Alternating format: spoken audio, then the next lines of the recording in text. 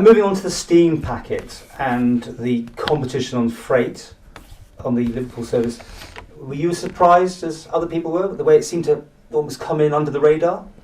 Well, I don't think it did come in under the radar, really. I think it was well known that Mezeron for some time had been looking at whether or not to expand its freight business. They clearly saw an opportunity, and with backers they've been able to realise that now.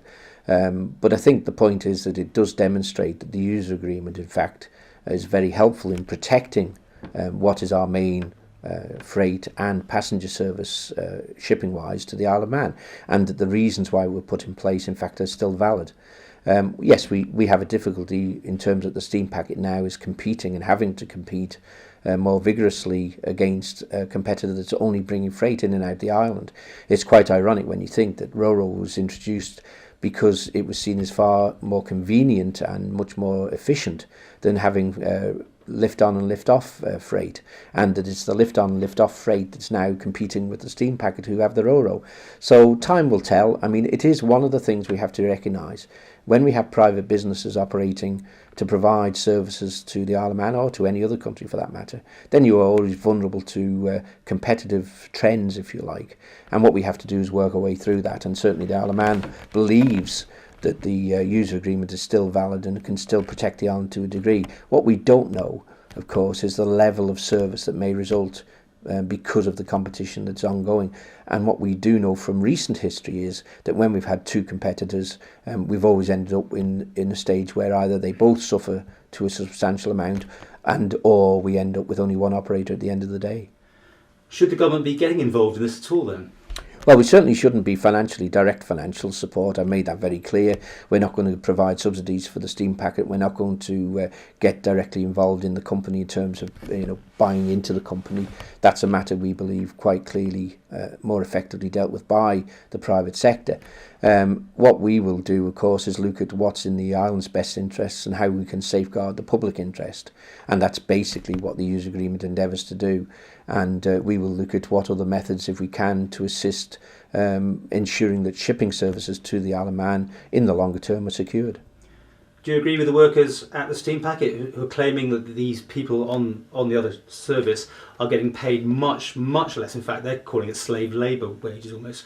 Would you concur that is happening and it should be altered, or are you happy with it? Well, I can't concur that's happening. What I can say is that my understanding is that the unions that represent those who work on the Mezeron ships are linked to the unions that are representing the workers on the steam packet ships in terms of international agreement.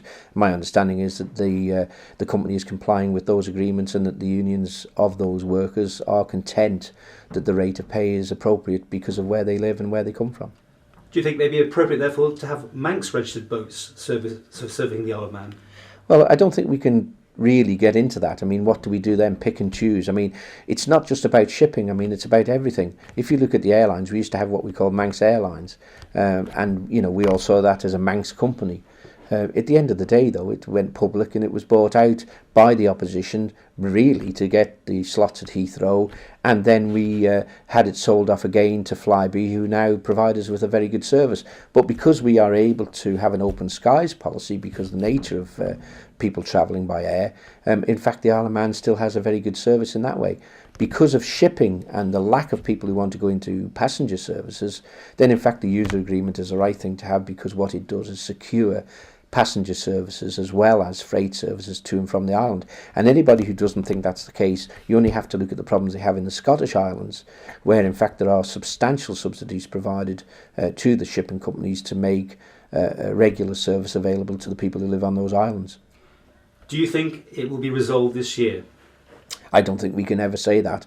We don't know what will happen. It depends on the determination of both companies, the amount of commitment that there is behind the companies to financially support the competition, how long they're willing to battle against each other, and whether or not one becomes more successful than the other.